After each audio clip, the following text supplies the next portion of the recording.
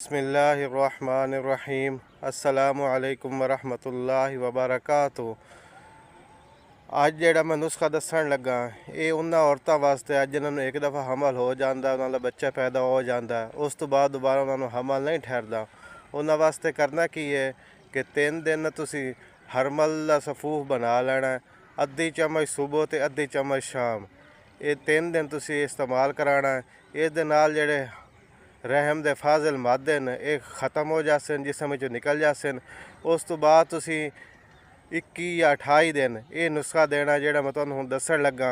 ਸਭ ਤੋਂ ਪਹਿਲੇ ਤੁਸੀਂ ਕੀ ਕਰਨਾ ਹੈ, ਕਿੱਕਰ ਦੀ ਫੱਲੀ ਲੈ ਲੈਣੀ ਹੈ 100 ਗ੍ਰਾਮ, ਤੁਖਮੇ ਭੰਗ ਲੈ ਲੈਣਾ 50 ਗ੍ਰਾਮ, ਨਾਗ ਕੇਸਰ ਇਹ 30 ਗ੍ਰਾਮ ਲੈ ਲੈਣੇ ਆ, ਸੌਂਫ ਜਿਹੜੇ ਆ ਉਹ 100 ਗ੍ਰਾਮ ਲੈ ਲੈਣੇ ਆ, ਤੁਖਮੇ ਸ਼ੁਲੰਗੀ ਇਹ 70 ਗ੍ਰਾਮ ਲੈ ਲੈਣੇ ਆ, ਲਾਚੀ ਖੁਰਦ ਛੋਟੀ ਲਾਚੀ ਸਬਜ਼ ਲਾਚੀ ਜਿਹਨੂੰ ਕਹਿੰਦੇ ਆ ਇਹ 50 ਗ੍ਰਾਮ ਲੈ ਲੈਣੀ ਹੈ, ਅਤੇ ਕੂਜ਼ਾ ਮਿਸਰੀ ਜਿਹੜੀ ਆ ਉਹ ਤੁਸੀਂ 100 ਗ੍ਰਾਮ ਲੈ ਲੈਣੀ ਹੈ।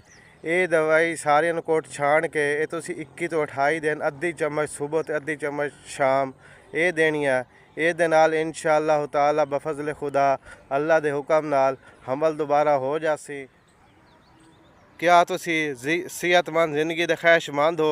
क्या तुसी देसी जड़ी बूटियां और घरेलू नुस्खे के बारे सच्ची तो मुफीद मालूमात रखना चाहते हो तो मेरे चैनल जम शिफा खाना नू लाइक कर दो, फॉलो कर दो और सबसक्राइब कर दो और दोस्तों नाल शेयर कर दो। फेसबुक पेज हकीम नईमुल्ला अवैसी नू भी फॉलो लाइक शेयर कर दो।